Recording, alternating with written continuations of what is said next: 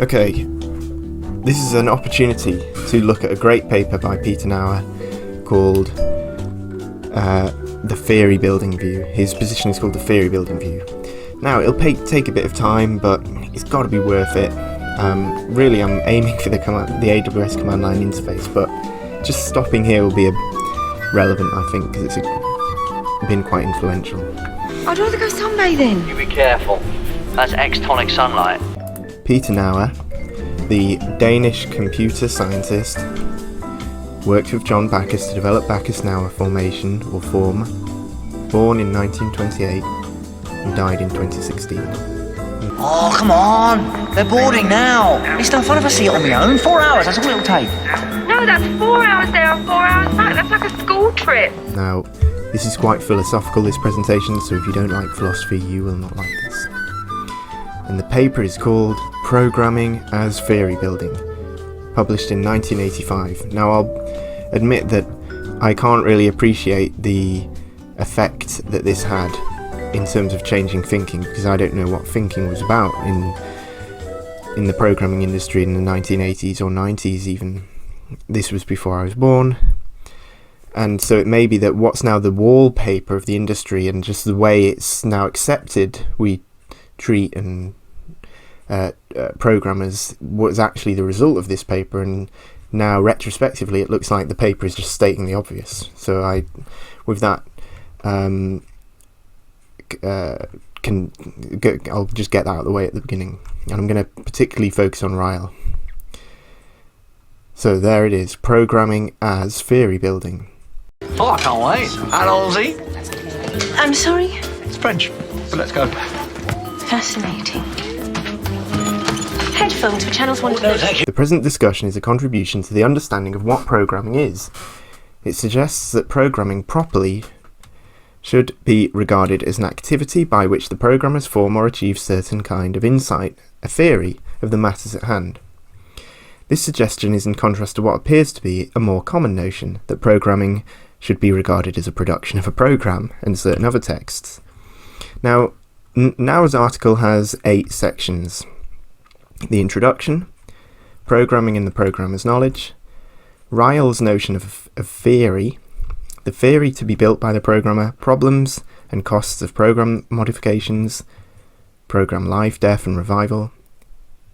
Then before the end, he turns his attention towards method, drawing particularly on Feyerabend, who said that the philosopher who said that there was no method. Karl Popper said that the method of science was to proceed by falsification. You set out a hypothesis and say how it can be falsified. You don't seek to verify it, you say, well, what would prove it wrong?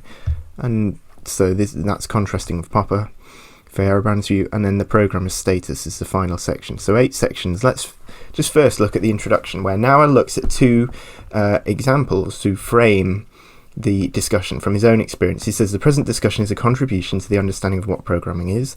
Some of the background of the views presented here is to be found in certain observations. So he's relying on what he's seen. He's in the programming industry himself, of what actually happens to programs. The difficulty of accommodating such observations in a production view of programming suggests that the view is misleading. So straight away we can see that these observations cannot be made sense of if we don't adopt his view. And the view he's opposing, the default view of programming, he's going to call the production view. So he has case 1 and case 2. Case 1 involves a compiler, which roughly is some sort of software that acts almost like a go-between faculty between 2 languages. So, for example, it converts a higher level computer code into a lower level code, which is not so understandable by human beings. Machine code, for example. And then case 2 involves an industrial monitoring system. So with the compiler, he says this has been developed by Group A. Group A, he says, has developed this compiler, this software for a particular language, and it works well on a particular computer. It calls it L for the language and X for the computer. And then another group, Group B, has the task to write a compiler for language L plus M, so a new language. And basically B decide that the compiler that was already in existence, developed by Group A, will be a good starting point for their design, and they do get support. Naur stresses they do get support from Group A. So Group B are given the full documentation, including annotated program texts and much additional written design discussion, and also personal advice.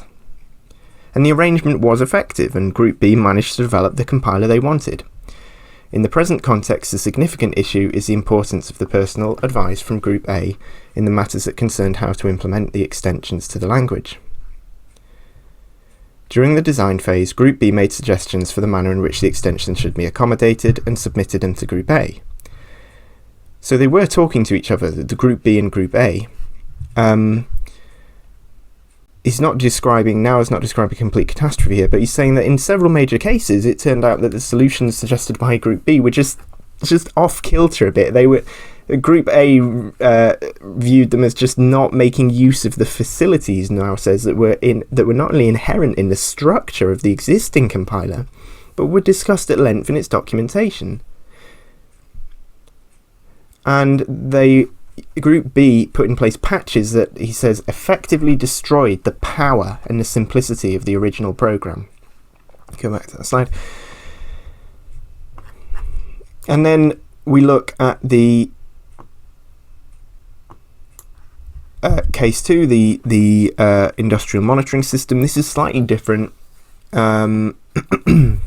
Here, it's more obvious that there's fault diagnosis involved. So with the compiler, it's more a case of designing a new system. There's less emphasis on maintaining it, but with an industrial monitoring system, he's pointing out that certain people were in place, operations people, to continuously monitor it, diagnose faults in the system, and they really should have been the people who designed the system. He says he calls it a large real-time system for monitoring industrial production activities. The system is marketed by its producer, I'm reading, each delivery of the system being adapted individually to its specific environment of sensors and display devices.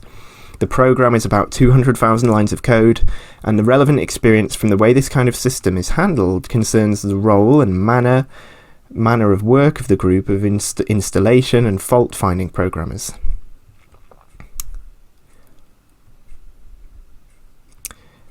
And he points out 3 facts. First, that these programmers have been closely concerned with the system as a full-time occupation over a period of several years, from the time the system was under design.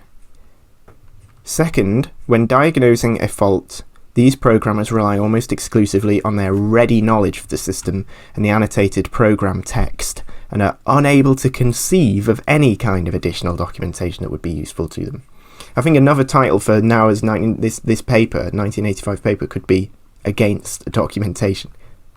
So, secondly, they can't conceive of any documentation that would be useful to the people who are now responsible for the system. And third, other programmers groups who are responsible for the operation of particular installations of the system from the original design, and thus receive documentation, regularly encounter difficulties that, upon consultation with the producers, the people who designed it, installation and fault-finding programmer, are traced to inadequate understanding of the documentation, but which could be cleared up easily by the installation and fault-finding programs. So you've got these 2 teams regarding this industrial monitoring system. He calls it the production team, or rather the installation and fault-finding team, and the people responsible for the operation of the particular system. And he's saying really the people who were with it for longer should be responsible for dealing with it. So a bit of detail just on the compiler example. He talks about these amorphous additions to the program. I remember they adapted the original compiler, but they just did it in a really odd job sort of unintegrated patch style. He talks about amorphous additions, and straight away this sounds very similar to Thomas Kuhn talking about scientific revolutions, and Thomas Kuhn is cited in the bibliography of this paper, but Kuhn said that science, if we look at the whole history from Aristotle, it's obviously changed since Aristotle. We had classical Newtonian mechanics, and then it's now changed since then, and Kuhn identifies various paradigms throughout the history of science. And there's a period of normal science, which is when you're within a paradigm and things are kind of running normally, problems are being generated, and we can, although they're surprising and we can't make sense of them, we basically, this is very rough, we have the tools to do it, but then the whole framework starts to come under strain a bit, and then science reaches a crisis point, and then there's eventually we have to shift to a new paradigm. And in a way it's funny that Naur relies on Kuhn, and so must be aware of that theory of how things work in science, but then he talks about amorphous additions to original programs, and talks about programs gradually evolving in a sort of intrinsically bad way, and just doesn't think that's a completely bad thing. And then here we have again, he says the program text and its documentation has proved insufficient as a carrier of some of the most important design ideas. And here, with the industrial monitoring system, inadequate understanding of the documentation. So the inescapable conclusion. At least with certain kinds of large programs, the continued adaptation, modification, and correction of errors in them is essentially dependent on a certain kind of knowledge, possessed by a group of programmers who are closely and continuously connected with the programs. Now this is from Kuhn, I think, but straight away I've got these initial complaints. Consider the compiler case. Presumably Naur thinks his theory building view, because Naur is going to say that the programmers have to build a theory, or what they're doing already is building a theory. And Naur intends his theory building view to suit cases in which Group A truly must leave, right? Presumably that's the case.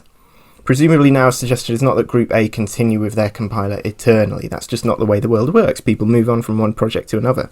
And if that were the case, well, case one with the compiler would just be an outburst of nostalgia, a complaint that this first team, Group A, couldn't stay on it forever. Okay, so I'm not going to say Naur's saying that. So we must accept that occasionally people have to move around. So, well, what is Naur's suggestion then? And we're going to explore that. If it's not that people stay put, what is his suggestion? And we'll explore that over the course of this presentation. So, let's get into it. We've looked at the introduction. Now let's look at, we're going to skip forward a little bit to section 5, problems and costs of program modifications. So here's an argument that you'll find in the paper. Naur attacks the view that modifying programs is easy. So perhaps there were people who held this view. But it may be that we don't need there to be people who hold that view, and we'll see why it would still be useful for Naur to do this anyhow. So people might think, well, programs consist of lines of text. This is a kind of implicit argument in their head. Programs consist of lines of text. Modifying programs is modifying lines of text. Modifying lines of text is easy. Therefore, modifying programs is easy. And Naur points out that this is not true, this premise here. Modifying programs is modifying lines of text. Well, that's not true. The expectation of the possibility of low-cost program modifications conceivably finds support in the fact that a program is a text held in a medium allowing for easy editing. So remember, he's concerned with this question, what is a program? For this support to be valid, it must clearly be assumed that the dominating cost is one of text manipulation. So that would agree with a notion of programming as text production. On the theory building view, this whole argument is false. The argument doesn't work, rather. He also points out that this first premise is false, that programs consist of lines of text. And he's going to say, I know now that he is going to say that a program, or one of its components at least, is a theory. Now, some people who think that modifying programs is easy might not use the argument we just looked at. They might come at it from a different way. They might think, well, if we're talking about modifying programs, then we're talking only about flexible programs. We are talking about modifying programs Flexible programs are easy to modify. Therefore, modifying programs is easy because we've already scoped it down to flexible programs. And you see a lot of, I see a lot of talk today of build flexibility into your solution. And Naur pushes right back against this, saying it's often stated that programs should, so normative claim, be designed to include a lot of flexibility so as to be readily adaptable to changing circumstances. Such advice may be reasonable as far as flexibility that can be easily achieved is concerned. However, flexibility can really only be achieved at a substantial cost. Each item of it has to be designed including what circumstances it has to cover and by what kind of parameters it should be controlled. Then it has to be implemented, tested and described. This cost is incurred in achieving a program feature whose usefulness depends entirely on future events. It must be obvious that built-in program flexibility is no answer to the general demand for adapting programs to the changing circumstances of the world. So we've now dealt with two arguments. Now, this raises the question, well, why does Naur want to establish that modifying programs is not easy? We said there probably aren't many people who even think that in the first place. Well, it still stands that the difficulty of modifying programs needs to be explained by something. And Naur's theory, the theory building view, can explain it. So Naur is presenting an advantage of his theory. It can explain something which other things, the production view, cannot explain. So he's therefore presenting a reason for his theory.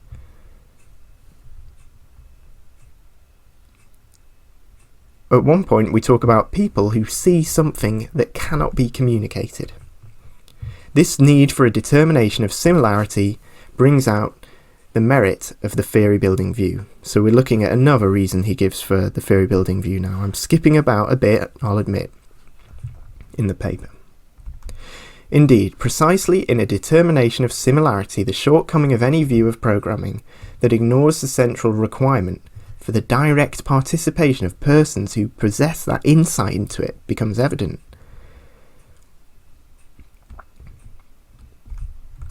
So he thinks that there need to be these people who possess the appropriate insight. The point is that the kind of similarity that has to be recognised is accessible to the human beings who possess a theory of the program.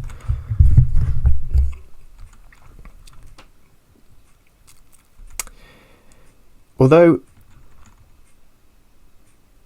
entirely outside the reach of what can be determined by rules, since even the criteria on which to judge it cannot be formulated. From the insight into the similarity between the new requirements and those already satisfied by the programmer is able to design the change of the program text needed to implement the modification. So in this passage, Naur is talking about what happens when a program needs to be modified, because the fact is programs are not just built and then they run and it's all happy. They need to be maintained and patches are made and changes are made. And when he's pointing out the advantage of his theory here, he's pointing out that modifications involve this just identifying this similarity, and it's this comparison. And if you're going to adapt to the program, which doesn't have inbuilt flexibility, you need someone who's been with it for a period of time. And the radical claim here is that that cannot be communicated. He does, after all, say that. Filter, so we could stay breathing for 10 years. There you go. And I've spoken to the captain. I can guarantee you everything's fine. And we'll loop back over that. So the theory to be built by the programmer. Let's now dive into what Naur means by the theory. Does he just mean the stuff in the documentation? Because theory involves things written down, doesn't it? If we think about theoretical concerns, we think about academics and people making texts and things like that. No, in fact, Naur thinks there are three respects in which the programmer's theory transcends the documentation. So let's look at those three. First, the programmer can explain how the solution relates to the affairs of the world it helps to handle. So that's an ability they have, explaining that relation. Secondly, and the documentation can't do that, secondly, the programmer is able to explain why each part of the program is what it is. We might say they can give an account. Why is that there? And they can link it into all the other things and perhaps say, well, without this, it just wouldn't work. And they can do that for every part. And thirdly, the programmer is able to respond constructively to any demand for a modification to the program, so as to support the affairs of the world in a new manner. Okay.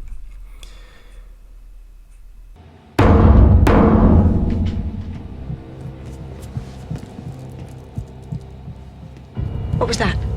It must be the metal. We're cooling down.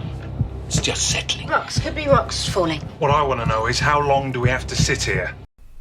In arguing for the theory building view, the basic issue is, and let's be on guard here, to show how the knowledge possessed by the programmer, by virtue of his or her having the theory necessarily and in an essential manner, transcends that which is recorded in the documented products. So how does it go beyond what's in? Transcends just means goes beyond, cannot be possibly contained in the documentation. What is that? Someone out there. The answers to this issue is that the programmer's knowledge transcends the given documentation in at least 3 areas, and they're the 3 we looked at. Don't be ridiculous. Like I said, it could be rocks. We're out in the open. Nothing could fall against the sides. Relate, explain, make modifications. Okay, now let's critique this. Well, we're looking for reasons to suppose that this holds, to suppose that the programmer does have these 3 abilities.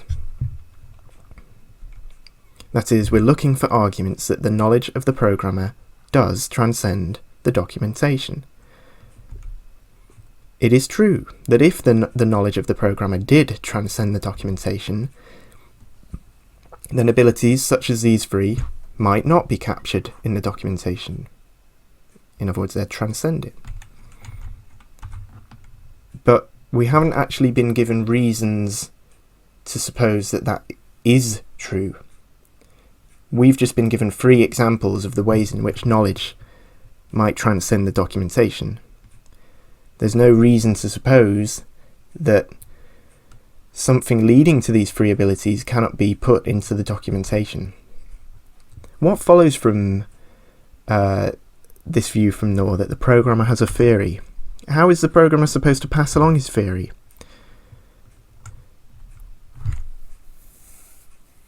Naur says that he's relying on Ryle's notion of a theory. And Naur says he means theory in just the everyday sense, roughly an understanding of how it works.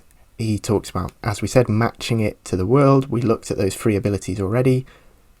We're going to go into that a bit more in detail shortly, but first I want to point out that Ryle, where he got his account of a theory from, actually had a place for rules. Ryle didn't think, oh, rules or even maxims or slogans, things that help you do things.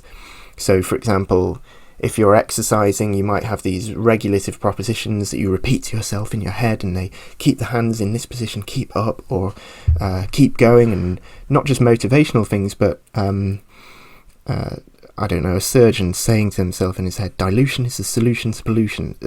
If there's been some sort of problem in the course of surgery. So all these, you repeat rules to yourself, maxims to yourself, and Ryle had a place for them. Ryle said that actually rules guide action. They're particularly helpful for learning, for training, for people who are still getting there. Why do I point that out? Because famously Ryle said that practical knowledge can't be reduced to knowledge of propositions. So I want to point out that actually Ryle still thinks rules have a purpose. It's just that it's not that they are the basic building blocks of anything that we do. Look, listen to Ryle. He says, what is the use of such formulae the maxims you repeat to yourself, the principles that you get taught in any practical domain, whether it be exercise, writing, programming. What is the use of such formulae if the acknowledgement of them is not a condition of knowing how to act? Because he's saying that it's not a condition. But what's the use of them then? Well, I'll read that again. So what's the use of such formulae if acknowledging them isn't a condition of knowing how to act, but just a derivative product of theorising about the nerves of such knowledge, getting to the essence of the knowledge? Because that's, if you think about it, that's what principles are. It gets to the essence of it, of any practice. And he says the answer is simple. They're useful pedagogically, namely in lessons to those who are still learning how to act. They belong to manuals for novices. They are not quasi-premises in the postulated self-persuasions of those who know how to act. I appreciate that's a difficult sentence. For no such self-persuasions occur. When you're doing things in practice, you're not having to do a little argument and convince yourself to do it every time you do it. You just do it. It's not necessarily a flow state, but Ryle famously points out that he says you're thinking what you're doing. You're not... They're imperative because they are disciplinary, because they are in the idiom of the mentor. They are banisters for toddlers, i.e. they belong to the methodology and not to the methods of intelligent practices. What logicians have long half realised about the venue and functions of their rule formulae has yet to be learned by moral philosophers about their imperatives and ought statements. When they have learned this, they will cease to ask such questions as whether conscience is an intuitive or discursive faculty. All you need to take from that passage is that rules, maxims, the reason we give statements to people learning is that they're banisters. They're useful for teaching. Now, just to fend off another misconception of Ryle, as I said, Ryle's central thesis is, or one of his famous theses, is that knowing how to do things can't be reduced right down to propositional knowledge. But Ryle's claim is that knowing how to do things cannot be reduced. But some people go further and think that we can't speak of practical knowledge, because Ryle was influenced a lot by Wittgenstein, and Wittgenstein, in his first book, which was quite controversial, let's say. For example, Bertrand Russell didn't accept it. He builds up through these propositions which have sub-propositions. For example, there's 1.1 and 1.1.1.1. It was called the Tractators.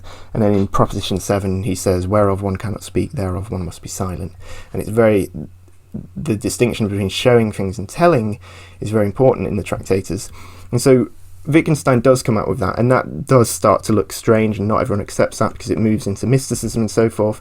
But Ryle doesn't say that, so don't worry. In fact, Ryle says we can produce maxims, strategies and rules which guide action.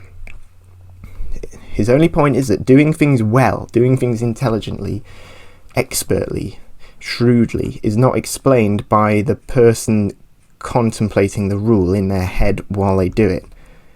He attributes that view to Descartes, and he satirises it, calling it the ghost in the machine. Knock, knock. Who's there?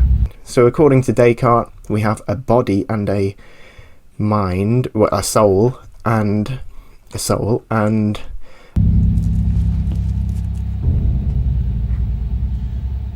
let's say you're walking badly. Well, there's nothing going on inside. It's just the body doing things.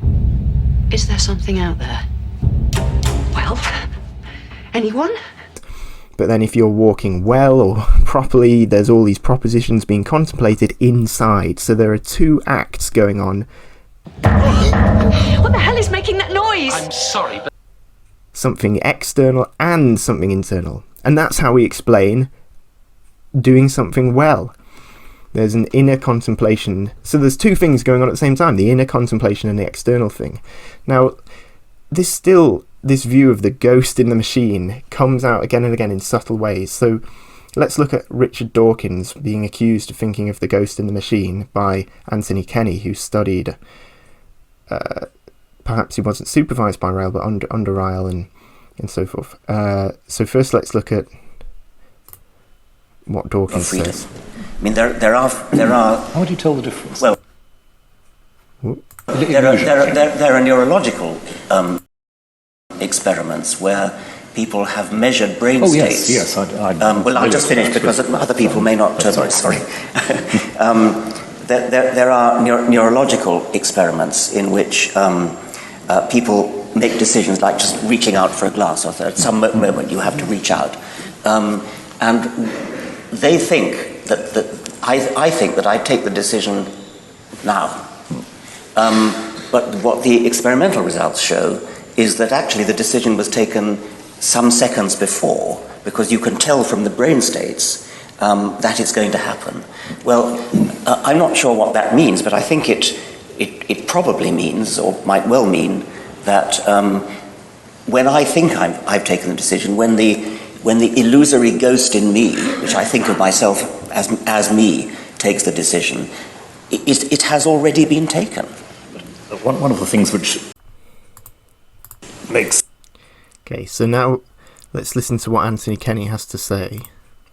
Can I also say that most philosophers don't like the naive picture of free will that experiment presupposed. Right. I mean, it was an idea made popular initially by Descartes and by David Hume, and a long tradition of empiricist and rationalist philosophers, that there was a sort of soul inside that in which mental events occurred, which were the causes of the bodily events. And it's that picture which that experiment presupposes.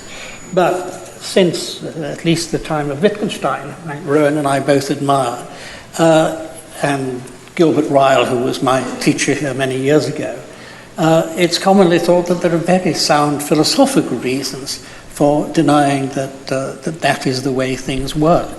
It's surprising that you should admire it, because it is very much the ghost in the machine picture. And you're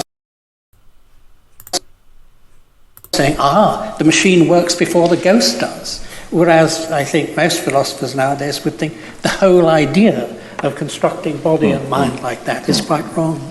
But why doesn't it destroy the idea of free will? Because it only shows the order of events in an act that is undetermined may not be what you would have expected if you had the false philosophical idea. Well, I'm not a philosopher, that'll be obvious. So the free decision is still caused by physical things, bodily things. The body is physical. That was the whole point of Descartes. You could reformulate this so that now the free decision occurs here. You thought it occurred here, but it's now we just move the output further back, and that starts to be the beginning of the effector chain, which eventually leads to the muscle moving and so forth. Now this is Naur. He says Ryle develops his notion of theory as part of his analysis of the nature of intellectual activity, particularly the manner in which intellectual activity differs from and goes beyond activity that is merely intelligent. In intelligent behaviour, the person displays not any particular knowledge of facts, but the ability to do certain things, such as to make and appreciate jokes, to talk grammatically, or to fish. More particularly, the intelligent performance is characterised in part by the persons doing them well, according to certain criteria. So he says intellectual activity differs from and goes beyond activity that is merely intelligent. Now this is an interesting interpretation of Ryle, because Ryle was not chiefly concerned with distinguishing intellectual activity from merely intelligent activity. It's a bit of a bizarre way of characterising what Ryle was doing. Ryle did certainly talk of theory and mention theory, but it's a bit like someone saying they're going to use Marx's notion of capitalism. It's kind of missing the point of... Ryle was asserting that intelligence is manifested in practical activities, dancing, comedians, anything you do, and that this intelligence is not attributable to some inner act of just contemplating propositions, or contemplating a theory. So if we talk about distinguishing, properly using the word distinguishing as in separating from, making it so that you can tell the difference between the thing you are distinguishing and the background behind it, pulling it from. Ryle was distinguishing intelligence from intellectual activity, which is the inverse of what Peter Naur says. So you had these rationalist philosophers, to paint a simplified picture of it, like Plato and Descartes, who put too much emphasis on theory. And look, intelligent action is kind of a subset of theory. It comes about by theorising, or at least when people do things stupidly or not do things not very well, it's because they haven't thought about it enough, the theory of it enough. Philosophers were clear about what theorising was. There was no need for Ryle to distinguish theorising from intelligent action. The problem was that philosophers liked theorising too much. They tried to account for intelligent action as a special sort of theorising. Ryle distinguished intelligent action from theory. Here's Ryle's reductio ad absurdum, reducing to absurdity. He says, let's suppose that intelligent action is theorising. Let's be like Descartes. Let's suppose that doing something well involves the internal contemplation of the correct propositions. Well, if indeed to be intelligent has to be guided by the consideration of regulative propositions that you think about them, regulate your action, guide your action, well, then the gap between that consideration and the practical application of the regulation, well, that has to be bridged by some go-between process, which cannot by the presupposed definition itself be an exercise of intelligence, and cannot by definition be the resultant deed. This go-between application process has somehow to marry the observance of a contemplated maxim or proposition with the enforcement of behaviour. So it has to unite in itself the allegedly incompatible properties of being kith to theory and kin to practice, else it could not be the applying of the one in the other.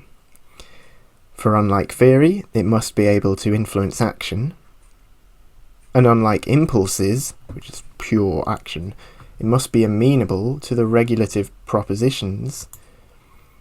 Consistency requires therefore that this schizophrenic broker must again be subdivided into one bit which contemplates but does not execute, one which executes but does not contemplate, and a third which reconciles these irreconcilables, and so on forever. Then that has to be broken down. So when this strikes me as odd, when Peter Naur says what characterises intellectual activity beyond activity that is merely intelligent, that suggests that we have intelligent action, we add something to it to get theory, the phrase merely intelligent, activity that is merely intelligent. It's not incorrect, but it's just odd. I mean, after all, Ryle's whole project involves a heightened awareness of what is theorising and what is not theorising, so Naur is right in that respect.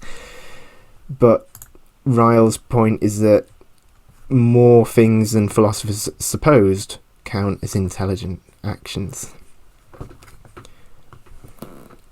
The account of this so-called notion of theory from Ryle can be made to work, but just. Naur says, what characterises intellectual activity, which he's going to say programmers do, is that the person is building and having a theory, where theory is understood as a knowledge a person must have in order not only to do certain things intelligently, but also to explain them, to answer queries about them, to argue about them, and so forth. And that's true. Ryle makes the point that knowing how to play football does not necessarily involve the footballer explaining what he's doing, giving an account. People who are good at things don't have to articulate it. This is it would be bad if you thought that. Perhaps teachers do, but we'll get onto that in a minute. Now, in the same vein, Ryle points out, that teachers are not identical with practitioners. Teachers know how to abstract, express, and impress upon their students. And doing things doesn't actually involve that. You've got that famous phrase, those who can't do teach, and Ryle's point might be, well, no. or at least what's required of the teacher is not required of the doer. So when he talks about these kind of higher level things like explaining them, answering queries, arguing about them, which you only get if you've thought about something a little bit, have a theory of it, that's what Naur is saying. He's right that Ryle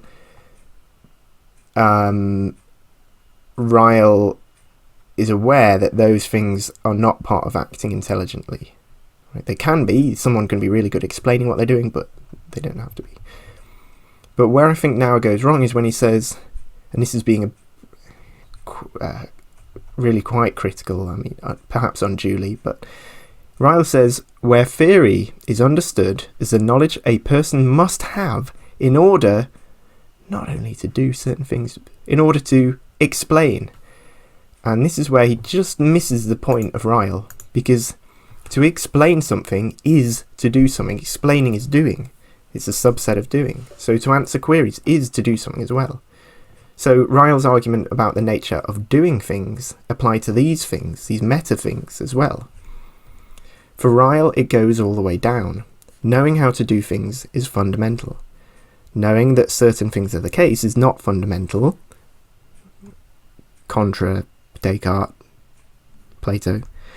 Knowledge of a theory does not explain an academic person or an person with engaged in intellectual activity doing things intelligently, any more than they are contemplating certain propositions internally explains the intelligent action of a footballer or a chef or a coder or anything else that you do. Yet Naur suggests that it is knowledge of a theory which explains intellectuals doing things well. So this is where we get this great passage from Ryle, just to back this point up. He says, one last point. It's almost like Columbo. This is the point that actually a philosopher called John Ferrari made of Socrates, that Socrates is like Columbo in Plato's dialogues. Socrates in the dialogues that you're reading has a certain Sherlock Holmes quality to him. You know, he is pretty astounding. It's even more like, for those of you who, if there are any fans of vintage television, or for those with longer memories, a certain Columbo quality. There's a detective show called Columbo, and it's a better example because Columbo always wears a dirty raincoat, and Socrates is famously disheveled and doesn't care at all about his clothing. But they have the same kind of, let me just ask, I can't do the New York accent, but let me just ask one little question more, says Columbo on his... No, but Ryle says, one last point, I hope, and this is late in his 1946 paper, so he's already shown that knowing how is fundamental. I've already proved that knowing how isn't reducible to propositions, knowing that, knowing that. And that are intelligence predicates. And all he means by that, whenever we say he did it really well, stylishly, boldly, shrewdly, wittily, cunningly, he was very cunning in what he did. It was very intelligent. Anything that expresses intelligence. He's already shown that those intelligent predicates are definable in factive terms of knowledge how. I now want to prove that knowing that actually presupposes knowing how. So he really pushes it to the extreme. To know a truth, I must have discovered or established it. But discovering and establishing are intelligent operations requiring rules of method, checks, tests, criteria. A scientist or an historian is primarily a man who knows how to decide certain sorts of questions. Primarily someone who knows how to do that. Only secondarily is he a man who has discovered a lot of facts, i.e. achieved success in application of these rules. Though of course he only learns how to discover through exercises in discovery. He doesn't begin by perfecting his method and only later go on to have successes in applying it.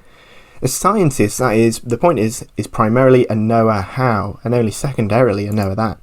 He couldn't discover any particular truths unless he knew how to discover. He could know how to discover without making this or that particular discovery. And so that's what I mean when I say it goes all the way down for Ryle. Explaining what you are doing, well, that is an action that can be performed intelligently or stupidly. Providing an account of what you're doing, that is an action. And responding to queries is an action. So Ryle, here he is on teaching, saying, sometimes a man might give good advice who did not know how to behave. Knowing how to advise about behaviour is not the same thing as knowing how to behave.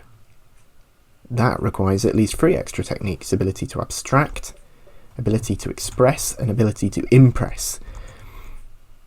That triad of things, which is worth bringing out. So abstract, not necessarily make a misleading, fictitious idealization, but take to a high level of generality, such as useful. Express, and finally impress. And notice that is a Humean word. You're making an impression. That idea has to go into somebody else. Now Naur says the knowledge of a person, the theory is the knowledge that they must have to do, not only to do certain things intelligently, but also to explain and answer queries. So what he's really doing is saying, here's this entity that you need to do something. Sure, explain, answer queries, but still to do something. So he's just replaced the Cartesian propositions with the programmer's theory, and therefore, in a way, Ryle's point has gone over his head. Naur has replaced the Cartesian propositions with the programmer's theory. The theory is susceptible to the same arguments used against those regulative Cartesian propositions. So here we have the world and the program which interacts with it. And Naur is saying, well, there's this thing, I'm representing it with a furry ball, the programmer's theory. And we can say, well, is the programmer able to explain how the theory relates to the program it is a theory of? Do they do that well or not? Or do they do that really stupidly? Is the programmer able to explain why each part of the theory is what it is? Is the programmer able to respond constructively to demands for modification to the theory? Or respond well? And you might say, well, yes, because they have the theory. There it is, and they possess it. Alright, well, can the programmer explain how the theory relates to the theory? Can the programmer explain why each part of the theory is what it is? Can the programmer respond constructively to demands for modification of the theory? And you say, yes, because they have the theory. Okay, you get the point. There's no reason why we can't keep postulating all these things to absurdity if Naur thinks it's necessary for the programmer to have the theory. He's replaced the Cartesian propositions with the programmer's theory. Well, let's defend Naur. Perhaps theory wasn't the correct word for him to choose. Suppose it denotes, and I think this is the best interpretation, all he means by theory is just the knowledge how which the programmers possess. They know how to use the theory. He says, this is Naur, the notion of theory in the sense used applies not only to the elaborate constructions of specialised fields of inquiry, but equally to activities that any person who has received education will participate in on certain occasions, even quite unambitious activities of everyday life, maybe give rise to people's theorising, for example in planning how to make furniture, place furniture, or how to get to some place by means of certain means of transportation. So, what Naur says does still stand. The regress no longer looms. The programmers know how to do something. That's all his point is. Well, know how to what? Well, it doesn't really matter. We might say use the program, understand the program. But maybe I've actually gone too far there and simplifies Naur too much.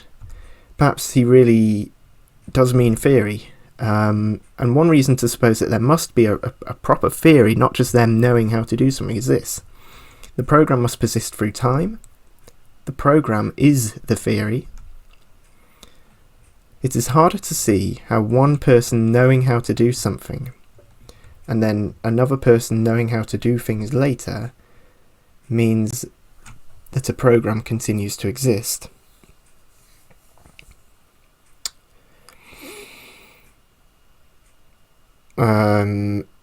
But I'm assuming there that it's possible for one person to have the theory, then another person learn the theory of the program.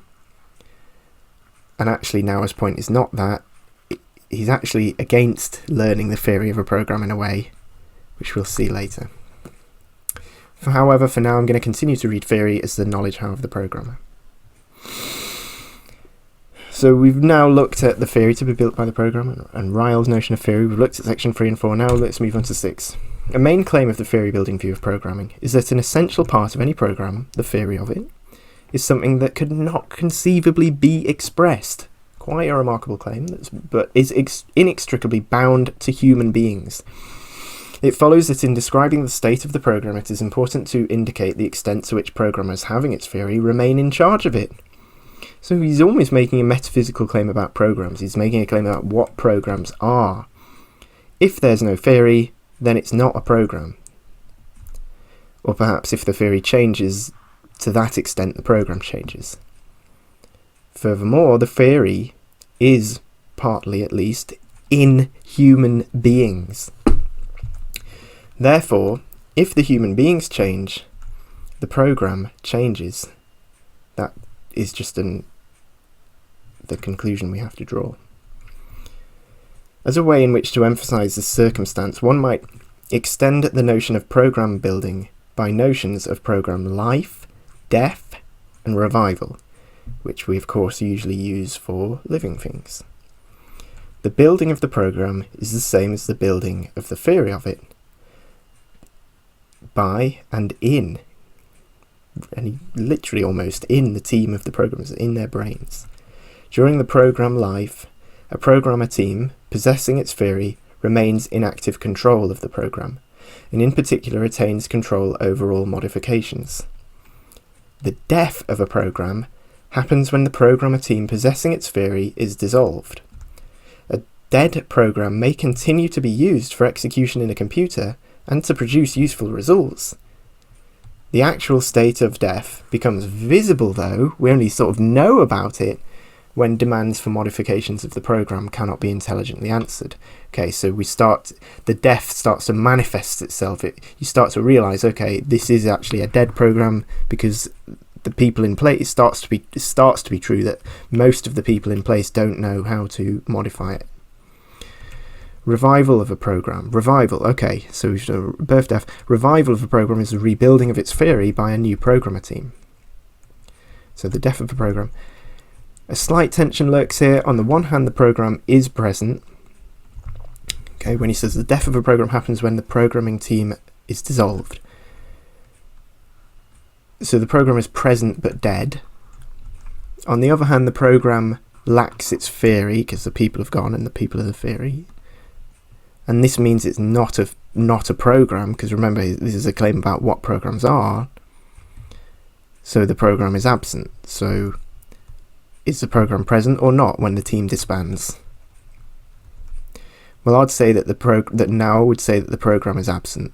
Why? Because we do not say that a person is present but dead. We might say the body is present but dead. In the same way, only the body of the program is present here to push the analogy, namely lines of code which the program used to inhabit. I think this is what knowledge how is like, just as an aside. I think this is what knowledge how is like in our life. You might imagine an individual training for a profession. The knowledge how dies at some point or starts to die, but they can still do the right thing for many years, relying on those habituated responses. Not completely mechanistic, but you get the point. Situations involving innovative thinking or paradigm shifts in the industry start to mean that the death of the know-how in certain individuals starts to manifest itself. And so just as blind actions are present in training, they're also present on the way out too. So this wouldn't require work to back up, but the degree of blind actions kind of goes down as we become more competent. Then there's this region in the middle where you really know how to do something, and then because what you've learnt to do is right, you keep doing what's right, and there's not really sort of any need to think about it more than you need to. There's this paradoxical fact that you kind of need to think more about things when you're learning how to do them than once you have learned. But anyway, so the extended life of a program according to these notions depends on the taking over by new generations of programs of the theory. For a new programmer to come to possess an existing theory, it's not enough that he has the opportunity to become familiar with the program text and other documentation. And I'm going to push Naur on that. What is required is that the new programmer has the opportunity to work in close contact with the programmers themselves, the humans who possess the theory, to learn the wider context, real-world situations, and so as to acquire the knowledge of how the program works and how unusual program reactions and program modifications are handled within the program theory. So he talks about educating programmers in a theory, and this problem of education is quite similar to that of the educational problem of other activities, where the knowledge of how to do certain things dominates over the knowledge that certain things are the case. So we see this in writing. It really is, you just have to write. You can read all you want about writing. Eventually you just have to pick up a violin. The most important educational activity is the students doing the relevant things, but under suitable supervision and guidance. In the case of programming, the activity should include discussions of the relation between the program and the relevant aspects of the real world, and of the limits set on the real world matters dealt with by the program. Now, here's another potential contradiction. On the one hand, the theory cannot be expressed. Naur, we're going to see later, says the theory cannot be expressed. We've really already seen this, haven't we? It's quite a claim. On the other hand, it's important for there to be discussions between old programmers and the new programmers, and that suggests that the theory can be expressed. Sort of. How are we? Everyone all right? Earthquake. Must be. The strictly impossible claim. No, that's impossible. The ground is fixed. It's solid. A very important consequence of the theory-building view is that program revival, that is, re-establishing the theory of a program merely from the documentation, is strictly impossible. Torches! Everyone take a torch. They're in the back of the seats. His claim is more that you ought not to do it. You could, but you ought not to. Now that might seem unreasonable, Naur says. So just note this. The need for revival of an entirely dead program probably will rarely arise, since it is hardly conceivable that the revival would be assigned to new programmers without at least some knowledge of the theory had by the original team. Sweetheart, come here. Never mind me. What about her? Even so, the theory-building view suggests strongly that program revival should only be attempted What's happened to the seats? in exceptional situations, and with full awareness that it is at best costly. Who did that? They've been ripped up. And may lead to a revived theory that differs from the one originally had by the program authors. It's all right. It's all right. It's all right. It's over. We're still alive. And so may contain discrepancies with the program text. From 6 to section 7 now, method. There are also some remarkable claims made in this section. As we've seen, he says here the theory cannot be expressed. The primary item is not expressed, it cannot be expressed, and this leads to him being against method, which is of course a fair abandoned point. The theory is not and cannot be expressed. It follows that there can be no method for programmers. He's against programming methods. Now, what reason do we have to suppose that a theory cannot be expressed? And I don't know. This is something he just holds. Recent years have seen much interest in programming methods. In the present section, some comments will be made on the relation between the theory-building view and the notions behind programming methods. He gives a definition of a programming method. This is not always made clear, even by authors who recommend a particular method. Here, a programming method will be taken to be a set of work rules for programmers. Good. Telling what kind of things the programmers should do, in what order, which notations or languages to use, and what kinds of documents to produce at various stages. So, Naur's argument against method would look something like this. Premise 1. Programmers have a theory. We've seen how he thinks that. The theory cannot be expressed in rules. Programming methods consist of rules, therefore programming methods are useless. So, if we were to contest Naur's claim here, we'd have to look at how some of those premises are false. I mean,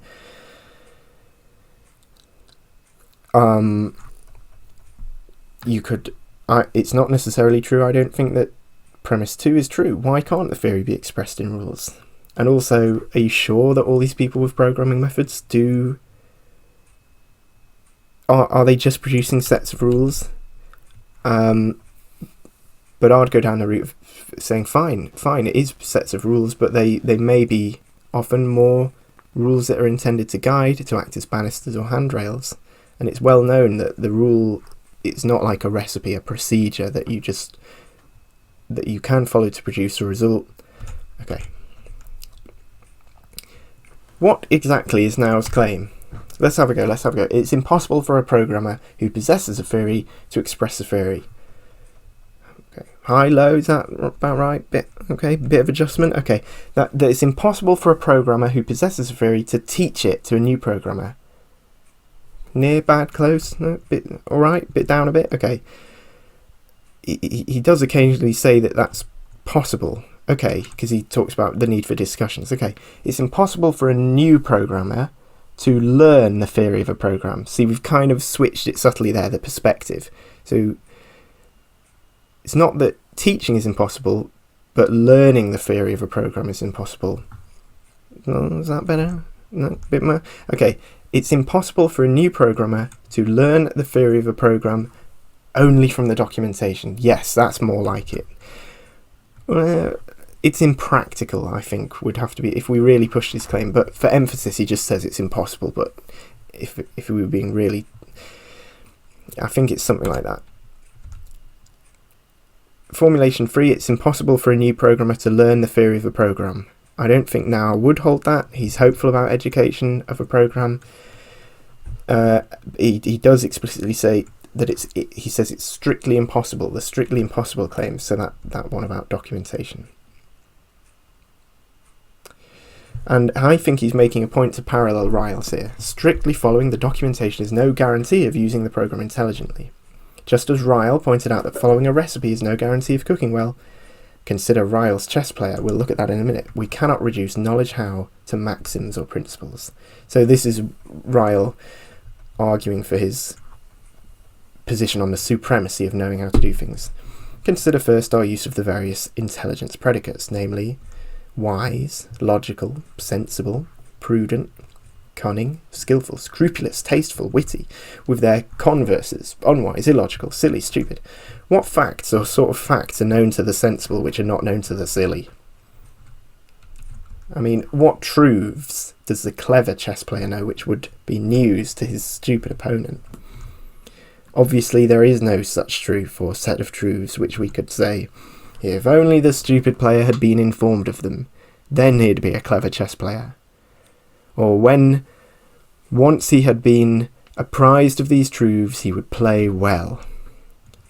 We can imagine a clever player generously imparting to his stupid opponent so many rules, tactical maxims, wrinkles, etc., that he could think of no more to tell him.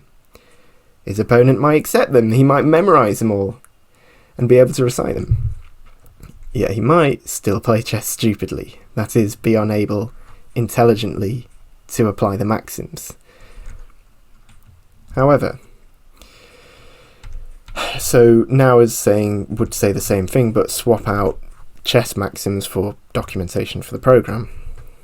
But I see no reason to rule out this possibility. The documentation is a useful guide for those intending to learn how to use the program. That is, for those attempting to gain its theory, as Naur would say. People learn how to do things all the time. If we accept Naur's thesis that a program is a theory, then documentation's aim should be transmission of the theory. It's not enough to read the documentation, but it is possible to come to know how to use a program. It is possible to teach yourself to do things. This passage has been pointed to recently by Josh Habakkuk, commenting on Ryle. A mountaineer walking over ice-covered rocks in a high wind in the dark does not move his limbs by blind habit. He thinks what he is doing. He's ready for emergencies. He economizes in effort. He makes tests and experiments. In short, he walks with some degree of skill and judgment. If he makes a mistake, he's inclined not to repeat it. And if he finds a new trick effective, he's inclined to continue to use it and to improve on it. He's concomitantly walking and teaching himself how to walk in conditions of this sort.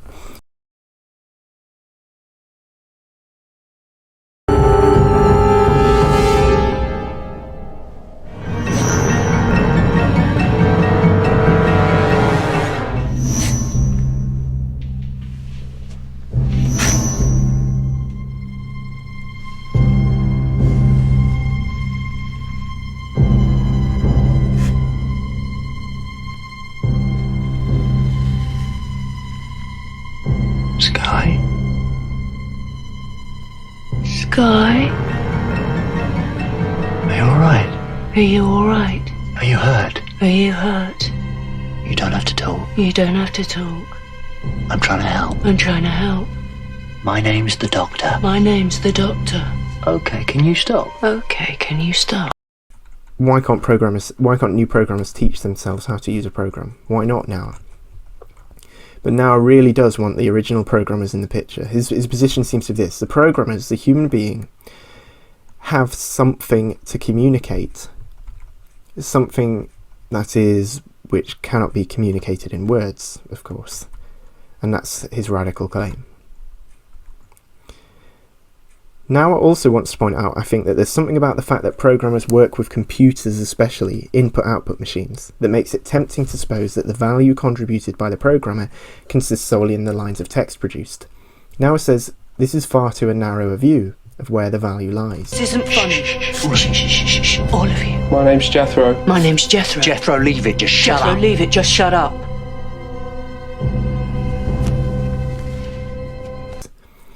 When a human creates a program, although one consequence is the existence of the text which constitutes the program.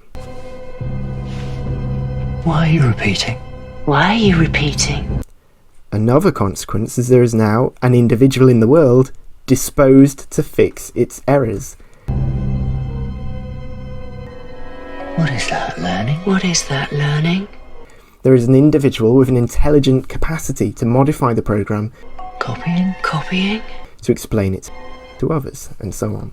He says that the product view of programming is common among persons working with computers, that the human mind works like a computer. That's Naur speaking. And in this as well, he's right to rely on Ryle, because Ryle points out that those who are skillfully walking over ice-coloured rocks are in important aspects not like well-regulated clocks. So Naur points to computer programs, Ryle points to well-regulated clocks. Look at the Ryle's description of what expertise is like here. He says, what is involved in our descriptions of people as knowing how to make and appreciate jokes, to talk grammatically, to play chess, to fish, or to argue. Part of what is meant is that when they perform these operations, they tend to perform them well, i.e. correctly or efficiently or successfully. Notice these are adverbs. It's not that they're just performing them as opposed to not performing them. That's the point there. Their performances come up to certain standards or satisfy certain criteria, certainly, but that's not enough. The well-regulated clock keeps good time, and the well-drilled circus seal performs its tricks flawlessly. Yet we don't call them intelligent. We reserve this title for the persons responsible for their performances. To be intelligent is not merely to satisfy criteria, but to apply them, to regulate one's actions, and not merely to be well-regulated. A person's performance is described as careful or skillful if in his operations he is ready to detect and correct lapses, to repeat and improve upon successes, to profit from the examples of others, and so forth. He applies criteria in performing critically, that is, in trying to get things right. In a way, it's puzzling that Naur relies on Ryle, because Ryle doesn't make the point Naur makes. Naur's point is programs as composites of text, they're not enough. They require their programmers to be valuable. Ryle never says that, does he? He never says there's some product and actually it knows how, you need someone who knows how to operate it.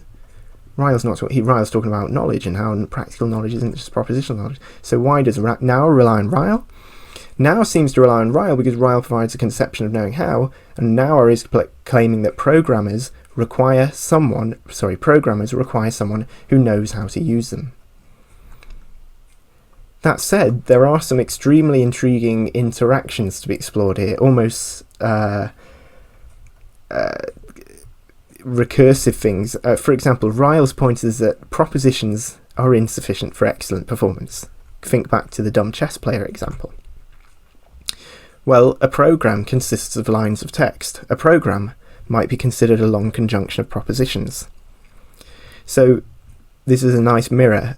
Just as Ryle points out that accumulating all of the correct propositions is no guarantee of intelligent performance, Naur points out that a corporation's or a company's possessing all the propositions in a program is no guarantee of an intelligent solution. Business solution, if you like.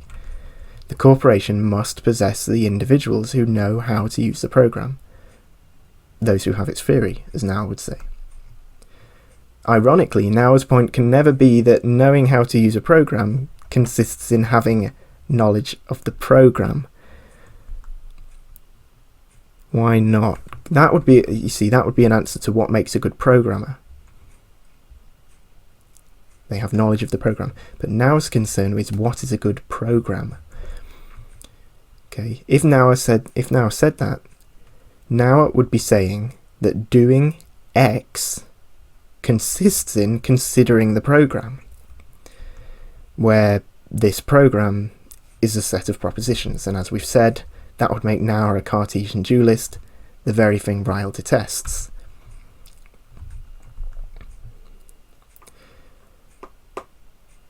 Further issues with Naur's theory. Naur does not think that because programmers have a theory, or because you've read Naur's paper and you agree with Naur's paper, you think that now, me as a programmer, I should now aim for a theory.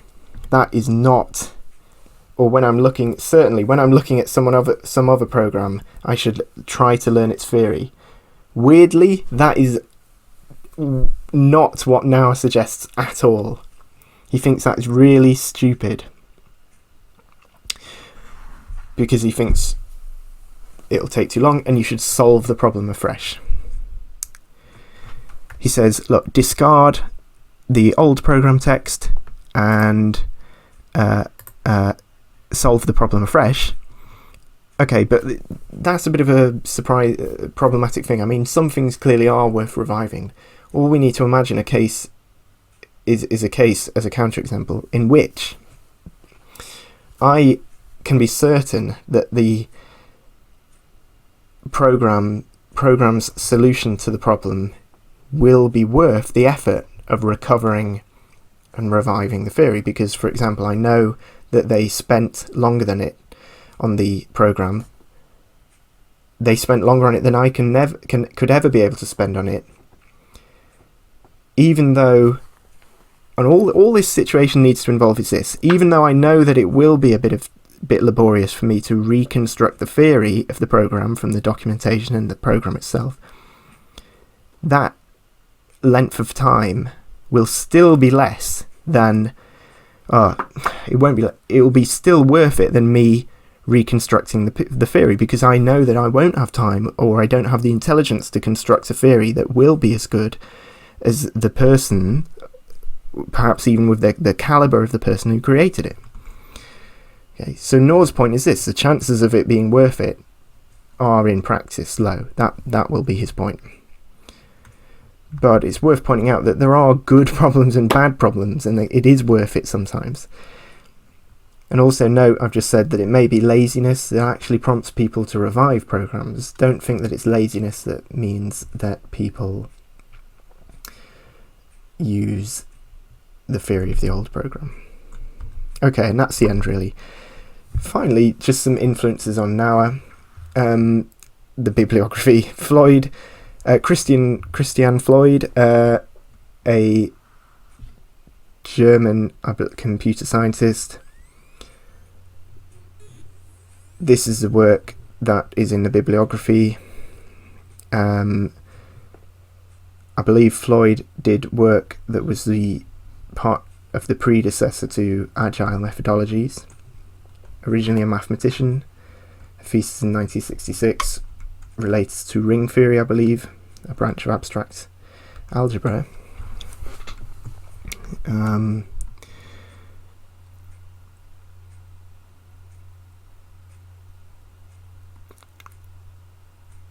Okay, rings have elements. Who else is in the bibliography? George Polya, 1887 to 1985, Hungarian mathematician, and it's just a brief mention to how to solve it. This book, which became very popular, I think it gives 4 stages to problem solving, which I think are quite generic, like make sure you know what the problem is, contributed to combinatorics, number theory, numerical analysis, and now cites 2 books of George Polya, How to Solve It and Mathematics and Plausible Reasoning. Reuven Brooks now cites a 1980 work by Reuven Brooks. Just to point out that we should not look for a method, and Brooks is an example of someone looking into methods in programming. This is a work by Brooks, Reuven Brooks, Studying Programmer Behavior Experimentally, the Problems of Proper Methodology. And also Austin Oscarson. I mean, it looks like now we're really getting at something at the time, which is because Austin Oscarson looks to have done this study which involved looking at this large program and how effective the modifications to it were, the modules in the program. And now it just points out that nowhere is there's just a sort of passing mention to the quality of the programmers themselves, in the sense like how long are they working on it, are they communicating with each other, are they moving about, do they have the theory? And that's just strikes now as stupid. I mean, that is the product view of programming there. And now eventually says programmers should be treated more like engineers or lawyers, in the sense that you are what you value is the way they have worked out the mapping and the way they're able to continually map the program to the world. They're not just outputting the program, and that's the end of it. And then there are 3 philosophers in the bibliography: Thomas Kuhn, Paul Feyerabend, and Karl Popper. Then I suggest we all calm down. This panic isn't helping. And that poor woman is evidently in a state of self-induced hysteria. We should leave her. Doctor? I know. Doctor, now step back. I think you should leave her alone. What's she doing?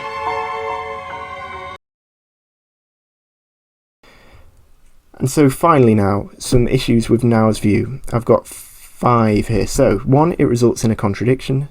2, this distinction between program or documentation. Things are as they appear. Extracting treasure, and stay put at teach. Firstly, it's not obvious that it matters if the theory of a program is lost. So what if the program is lost? Or the theory? Knowing how to use a program is not intrinsically good. Naur would respond to this by claiming that the operations workers and the new programmers can't diagnose the faults properly. Think of that industrial example. Therefore, it's quite easy to defend the maintaining of the program's theory in somebody. So that's easily responded to. But let's come back. If it is valuable for a theory to exist in somebody, it's clearly desirable that more rather than less individuals exist with the theory in them. For more individuals to possess the theory, more individuals must learn how to use the program or train to use the program. Therefore, it is desirable that those unacquainted with the program use the program. However, Naur's thesis is that only those acquainted with the program should use it. So those acquainted with the program simultaneously should and should not use the program. That's the contradiction. Secondly, program versus documentation. Now a shift between program and documentation. These are not the same thing. A program consists of lines of code to be processed by a machine. The documentation is to be read by humans. No, that's right. He doesn't shift between them. It's just that he just mentions both and never explicitly compares them. And to me, it just seems reasonable that the documentation can help to explain how the program works. At some points, it sort of seems like Naur believes that. In fact, it's probably the fact he probably knows that it sort of can, and that's why he wants to really come out and say, let's just suppose it can't at all. It just can't, as opposed to can do it somewhat well. The default term is program, to be clear. I mean, the thesis in the first paragraph is couched in terms of programs. He says his aim is to establish what a program is. His aim is not to establish what documentation is. Third point, things are as they appear. If the theory of a program is not evident to the new programmers on a team, because he often describes situations where there is a new team, well, surely this is a failure to communicate on the part of the old programmers. If the structure of the program is not apparent, then perhaps it's not present. All the time in life, and in other areas besides IT or programming, old structures are overturned. From the perspective of the architects of the old structure, they were not understood. Can we be certain that they haven't been understood, or is it just sour grapes? Extracting treasure. Oh, and at one point, Naur draws an analogy between programs and buildings, like houses, and points out that we don't often, in fact, add lots of modifications onto buildings. If we need to alter them, we actually often demolish them and just replace them, and we should start to do similar things with programs. And although that is on the whole true, there are a small subset of buildings which do get repurposed and become just a part of the...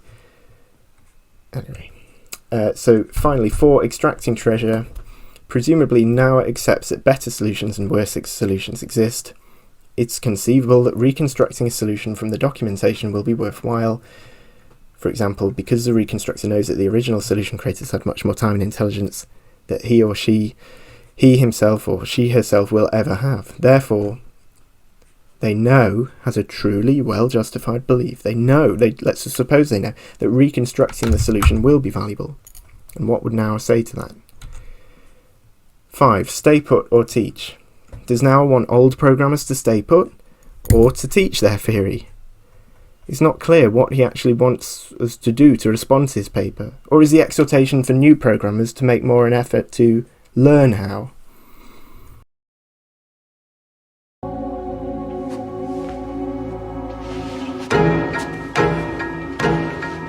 Now then, Sky. Are you Sky? Is Sky still in there, Mrs. Silvestri? You know exactly what I'm going to say. How are you doing that? Roast beef. Bananas. The Medusa Cascade. Bang! Rose Tyler, Martha Jones, Donna Noble, TARDIS. Shamble, bobble, dibble, dooble. Oh, Doctor, you're so handsome. Yes, I am. Thank you. A, B, C, D, E, F, G, H, I, J, K, L, M, N, O.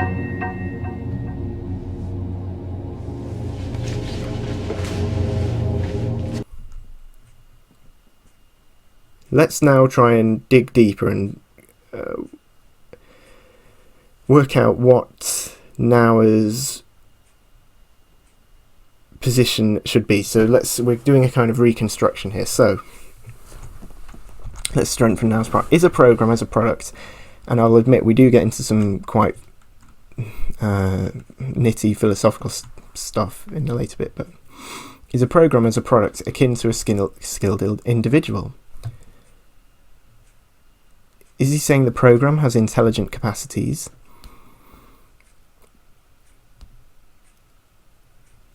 Well, not quite. Remember, he argues that there's no such thing as built-in program flexibility, or it's silly to aim for it. And if you think about it, flexibility is essentially having lots of capacities and open-ended capacities. But a program does have capabilities, and a good familiarity with those capabilities is important for Naur. So, well, knowledge of capabilities is a special sort of knowledge. Their capabilities are not actual things. For example, they're like dispositions, so a vase has a disposition to shatter and so forth. So take knowing what a person is capable of. So here is now, I've highlighted where he talks about a good modification require a person having a knowledge of the similarity between the capabilities of the existing solution and the new demands. Well, Ryle himself has grappled with this question when he's talking, of course, about people. And Backstrom and Gustafsson have pointed out that there may be no difference between a skillful performance of an action, one that manifests intelligence, and a non-skillful one. Consider a clown who trips over at the golden moment and it's really funny. Ryle insists that there might be no such differences between a clown who skillfully trips on purpose and a clumsy person who trips involuntarily. Their bodily movements and the configurations of their limbs as they fall to the ground might be identical. And yet he notes, however, that the former and not the latter is the eventual result, the upshot of much rehearsal and done at the golden moment. Thus, Ryle seems to argue that the history of an agent and what happens before a stretch of human activity takes place is relevant for what sort of activity it is. In other words, they trained as a clown or they learned to be a clown. That's what gets suggested. Whether he did or not, that's what gets suggested. Because there's nothing in the tripping over itself that makes it funny. Or lets us know that it's intelligently done. Ryle's problem here, with two physically identical movements in a human, only one being intelligent, is extremely close to Naur's observation of two identical program modifications, one being an unintegrated patch and one being a really elegant change taking into account the theory of the program. So Naur says a given desired modification may be realized in many different ways, let's say two different ways, at the same time. If viewed in relation to the theory of the program, they may look very different. Some of them conforming to the theory, extending it in a natural way, while others may be wholly inconsistent with that theory, perhaps having the character of unintegrated patches on the main part of the program. So it's almost like skillful modifications and inefficient modifications. So, has anyone grappled with this problem in Ryle? And if we look, then perhaps we can then use this to make better sense and go back eventually to Naur. So yes, Backstrom and Gustafsson. So the problem again is that they're identical, and yet we explain the intelligent performance by saying, well, in the past they have got to know what it is to be a clown, they've trained to be a clown, and so the history. And similarly, Naur says, what is needed in a modification is this confrontation of the existing solution with the demands called for by the desired modification, capabilities of the existing solution, and so that, again, the history of the programmer. They have learned about the program's capabilities. Now, here's the solution with Ryle. They say, so where is the difference? There's nothing physical in them. You know, a scientist isn't going to be able to detect a change in temperature, anything, any physical property in the world. So they say the move Ryle is making when he distinguishes skill from mere habit is thus, we argue, the same as the one he makes in the beginning of the essay, A Rational Animal. There he provides an interpretation of the dictum, man is a rational animal. First, he denies that this means that all men have some special excellence, so every man has this rationality. So then he says, well, let's say something more positive about what it is. He argues that what it does mean is that it's a peculiarity of men that they can sometimes succeed, but it is also their peculiarity that they can sometimes fail in certain undertakings in which other animals not only cannot succeed, but cannot even fail.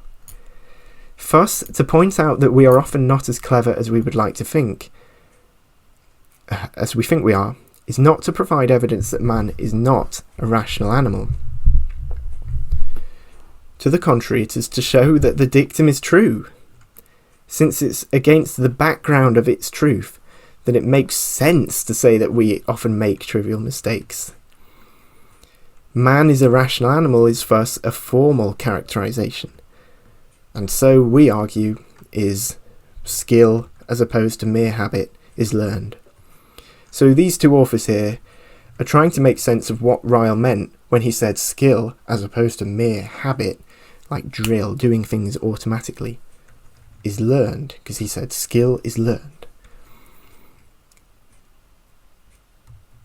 And they're drawing on this distinction between truth and we have truth and false, but we also have meaningful statements and statements that don't even mean anything.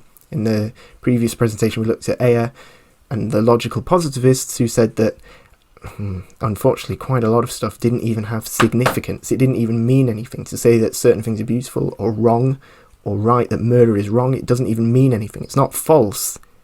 It's meaningless. Ryle thinks that when we say men are rational, we have it makes sense to talk about things being clever or stupid. It's not saying that everything we do is clever. Do you see that's the difference? And that general idea of the difference between domains where things make sense and where they don't is what they want to take. So they draw in another philosopher who worked with Wittgenstein called Anscombe, Elizabeth Anscombe. And they say our reading also, their interpretation of skill is distinguished from habit. Well, our reading entails that there's an interesting similarity between Ryle's discussion of skill and Anscombe's discussion of intentional action. So Elizabeth Anscombe wrote this book saying, well, what is intention? It was just called intention. Now Anscombe says, the term intentional has reference to a form of description of events, arguing that we don't mention an extra feature attaching to an action at the time it is done by calling it intentional. Rather, she argues, what distinguishes actions that are intentional from those that are not is that intentional actions are the actions to which a certain sense of the question why is given application. The sense is, of course, that in which the answer, if positive, gives reasons for actions. So she's saying intentional actions are actions where you can say, why did you do that? If someone blinks, it doesn't make sense to say, why did you do that? Or if they're leg spasms, you can't say, why did you do that? As Anton Ford points out in a recent discussion of these passages, the formal character of Anscombe's account manifests itself in the fact that she has no problem tolerating a null answer to the why question. According to Anscombe, an action may well be intentional even if the answer to why are you doing such and such is for no particular reason. That's fine, because that shows that it's a meaningful question. You don't have to give a good reason, that's not the point. If she thought that being done for a reason were a necessary condition for being an intentional action, then she would have to say that such an answer disqualifies the action from being intentional at all. But she's not saying that. However, what she takes to be crucial isn't a positive answer, but that the question makes sense as applied to the action in question. She can freely admit that there are intentional actions that are done for no reason at all. This is parallel to how we propose that Ryle conceives questions about learning a skill. Again, if we ask the clown, when did you learn to trip like that? And he replies, I didn't have to learn it, I just knew how to do it from the first time I tried. Our question still has application, and his skill is still a skill. We can now better understand Ryle's claim that in skillful behaviour a quality of mind is on direct display. According to Ryle, a reductive, physicalist construal of what is directly displayed isn't obligatory. Purely physical responses is one category, and the category of skill, intelligence and judgment another category. And there's no reason to hold that only the purely physical captures what is on display. Because Ryle says the difference between the clown and the person who just trips because they're clumsy is on display. And so we're saying they're trying to explain it because it's not physical, so how's it on display? To a human agent in a human world brought up to conceive of human conduct in terms of skill and intelligence, intelligent action is normally as directly displayed as any purely physical stimuli and response. Okay. So presuming you've understood that, let's bring this back to now as programs. Two modifications to a program may be the same externally. Now I might say, one is an unintegrated patch, the other the work of someone possessing the theory. And if they're outwardly the same, how can we make sense of the difference between them? Well, we'd say the skillful modification differs formally. Okay, but let's work this out. How am I to express this? To skillfully modify is to make a modification susceptible to why did you do that? Because that's what we said about skill, isn't it? Or intentional actions, one way you can ask the why. But that's not it though, is it? One reason is that it's possible to skillfully or intelligently modify a program whose theory you've no desire to study. It's the same energy as skillfully handing your homework late. Naur's point is more that skillful modifications take into account the present capabilities of the program. They're sort of holistic changes. Skillful modifications are elegant, they're efficient. They make use, it's not like, it's the opposite of spaghetti code. They make use of capabilities which are not, perhaps not currently being manifested, but which the program does have that, is disposed for. They're ignorant. What Naur calls unintegrated patches are ignorant patches. I don't mean ignorant in just a pejorative sense. In fact, Ryle made a distinction between a person who lacks facts and a person who is not intelligent. And I'm saying that here, you're lacking facts. So ignorance is not stupidity. And in this situation, it's lacking those facts about the program's capabilities, right? And that may be purely you've no intention of learning about the program's capabilities. You're the programmer. You don't have time to learn the program, as Naur pointed out. So it's not stupid. It really is ignorant and really is not stupid. You can imagine history people who study history. They say that people might repeat the mistakes of history because they lack knowledge of what has happened.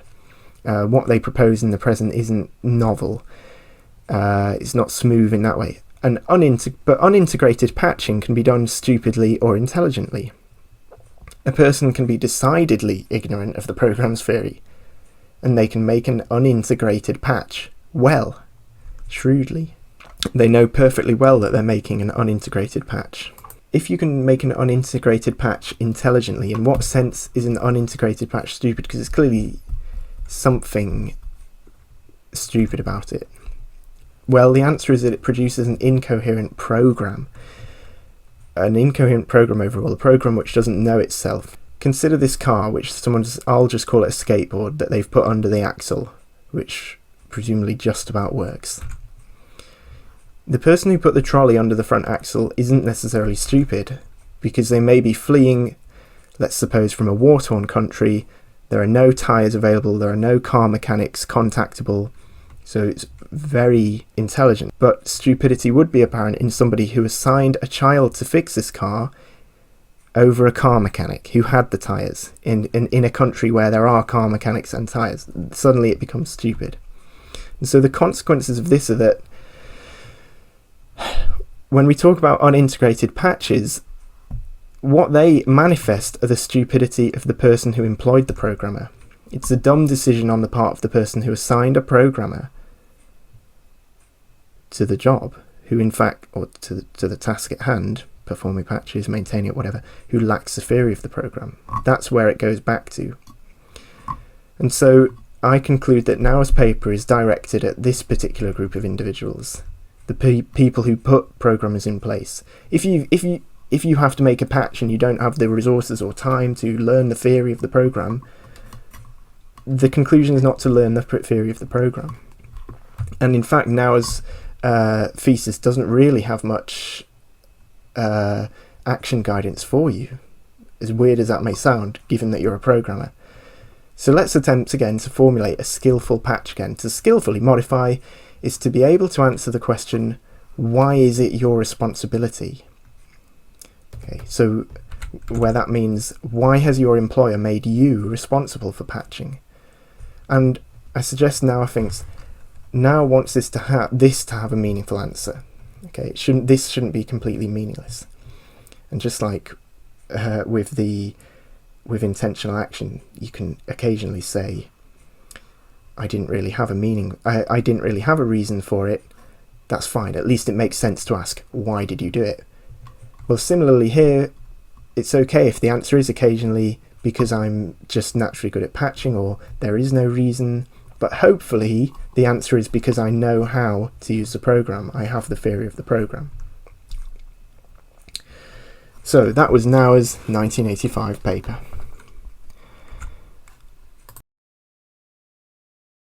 The more we talk, the more she learns. Now, I'm all for education, but in this case, maybe not.